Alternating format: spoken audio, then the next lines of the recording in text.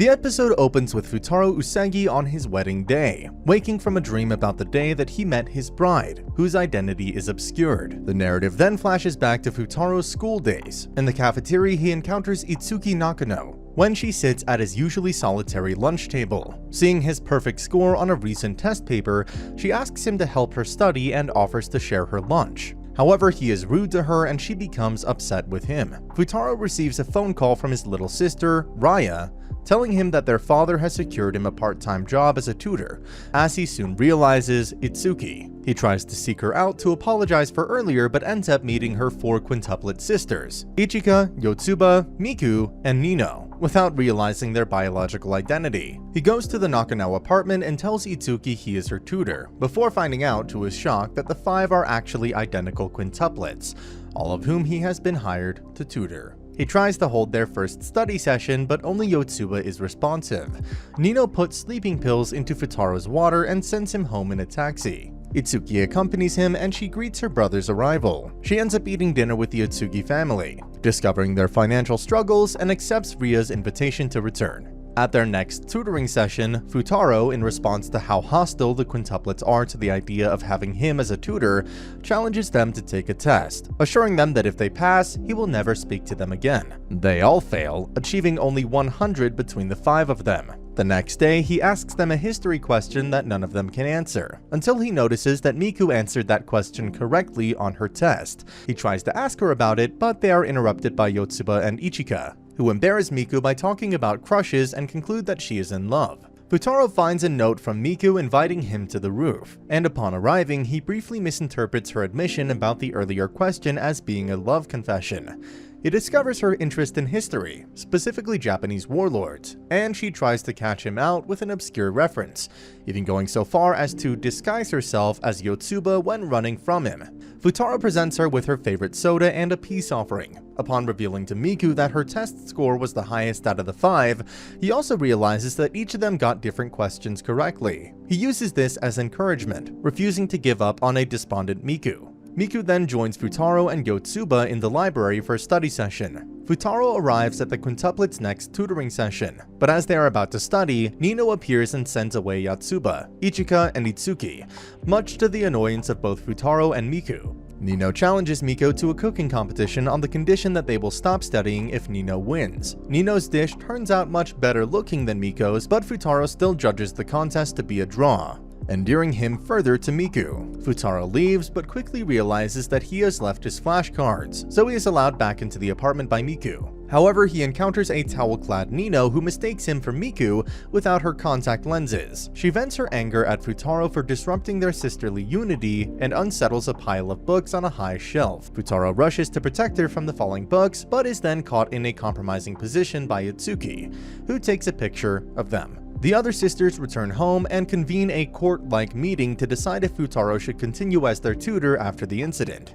Miku helps Futaro protest his innocence, and after examining Itsuki's photograph further, so do Ichika and Itsuki. Nino remains unimpressed but leaves, upset at a comment from Ichika. She locks herself out, but too stubborn to ask the others to be let back in, ends up talking to Futaro, denying his accurate observations about her defensiveness towards her sisters. She declares that she won't accept him, regardless of her sister's protestations. Futaro is studying at home when Itsuki arrives to give him his tutoring pay.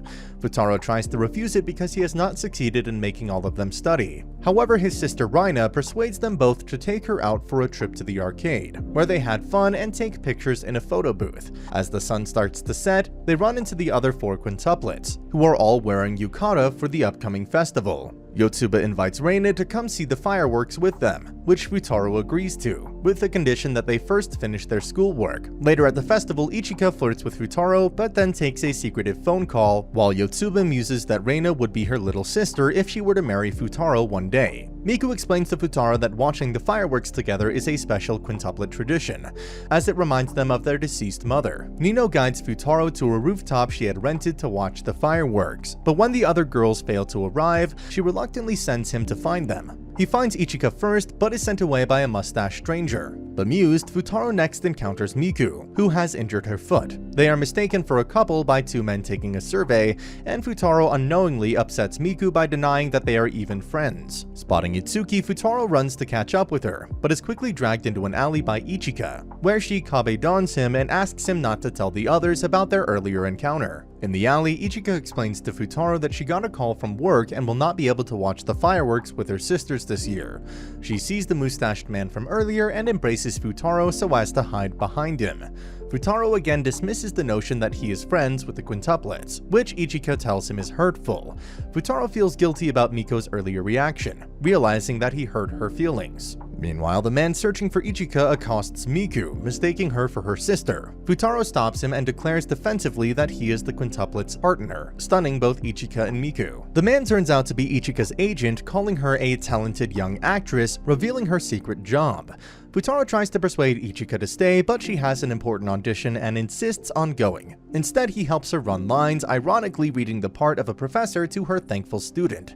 Ichika arrives late for her audition, but wows the casting panel. When she returns, the festival is over, but Futaro brings her to the park where her sisters are waiting for her with a mini fireworks set. They forgive her for skipping out on their tradition. Ichika and Miku reach for the same sparkler, an implied metaphor for Futaro. But Ichika lets go, saying, "Seems like you're pretty attached," and tells Futaro she will cooperate more in study sessions. With midterms looming, Futaro tries to encourage Itsuki and Nino to attend his tutoring sessions, but with no success, though Itsuki studies hard on her own. After skipping out on aperitifs, Itsuki presents Futaro with her phone to communicate with her father, Maruno, where he learns that he will be fired if even a single one of them fails their exam. He agrees with Itsuki, with both of them declaring that they'll never work together again, something he quickly regrets. Back at the Nakano apartment, Futaro and the study group are playing the game of life when Nino attempts to eject them.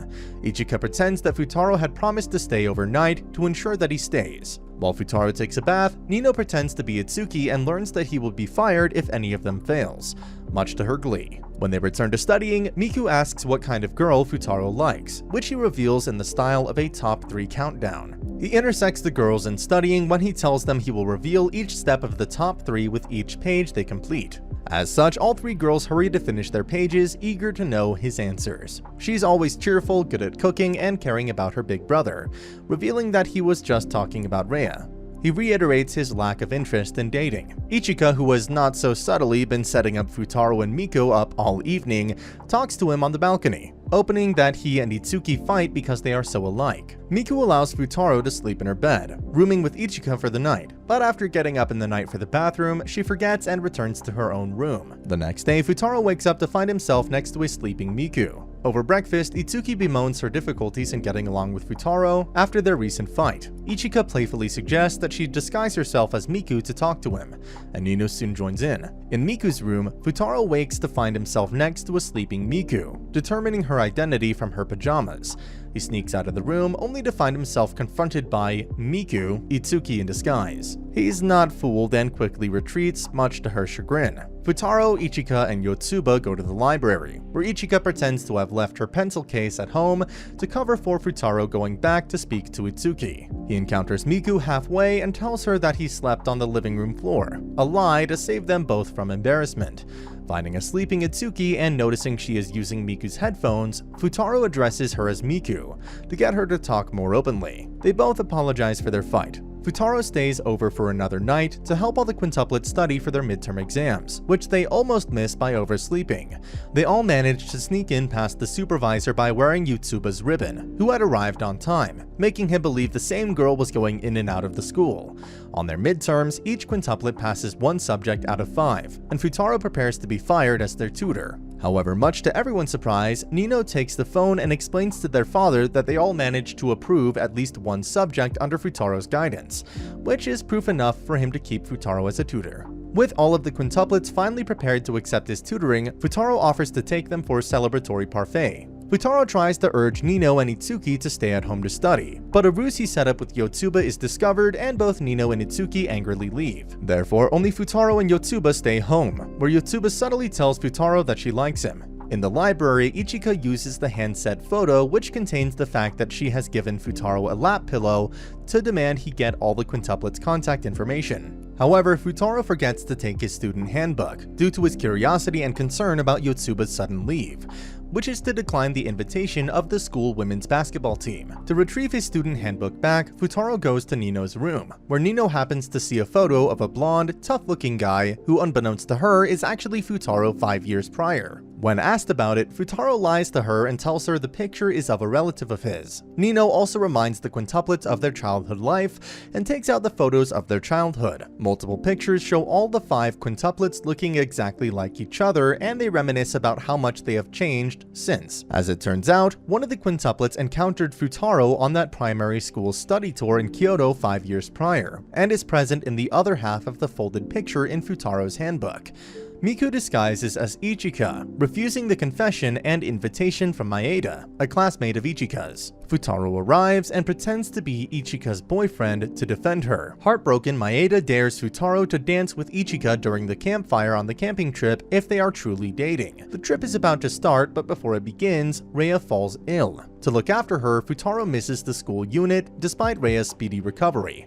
However, the quintuplets all want Futaro to go. As a result, the 6 take their private car to the destination. However, due to the poor weather conditions, they're stuck on the snowy road. Therefore, they have to stay in a hotel where they have to sleep in the same room, which triggers the quintuplets' debate about who should sleep next to Futaro. To make it fair, the quintuplets all sleep alongside Futaro. The next morning, Ichika gets up quite early and is attracted to Futaro's sleeping appearance. She sits on her knees, bending down and gazing at him. However, Itsuki sees them but doesn't know the girl is Ichika, as the quintuplets all dress up similarly and thinks the girl is kissing Futaro. A legend says that when couples dance and hold hands at the end of the campfire held at the event each year, the people involved will be together forever. That thought haunts Miku, who wishes to dance with Futaro, but having noticed Ichika's affection for him, decides to let her dance with him, wanting to be happy for her. Meanwhile, Futaro and Yotsuba dress as ghosts to scare the others, but Ichika and Miku aren't scared. Instead, they recognize Futaro as wearing a blonde wig.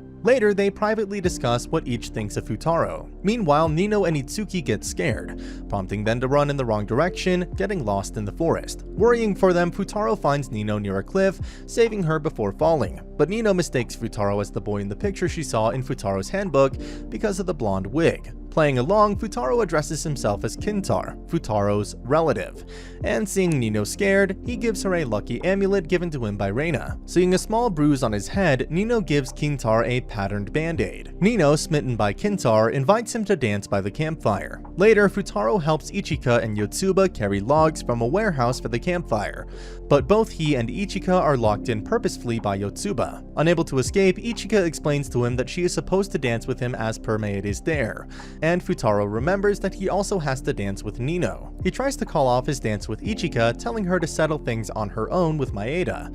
However, Ichika sheds tears, as she genuinely wanted to dance with Futaro. As Futaro and Ichika are stuck in the warehouse, Futaro lights a fire with some nearby wood to keep them warm. Ichika expresses to Futaro her desire to take a break from school and pursue her acting career, and Futaro congratulates her for having ambitions and the possibility to do things she likes. Seeing their small campfire, Ichika invites Futaro to dance by themselves, which Futaro agrees to. However, he explains the legend to Ichika, who now understands why the campfire was so important to Miku. While dealing with her guilt, she accidentally causes a large log to collapse and Futaro saves her. However, the log activates the anti-burglar alarm, and the fire also activates the overhead sprinkler system, completely soaking them. Miku and Itsuki arrive and demand an explanation from them, but they're reluctant to believe them. Having cooled off from the incident, they go skiing. Ichika catches a cold but sneaks out to attempt to make sure that Futaro didn't tell anyone about the incident.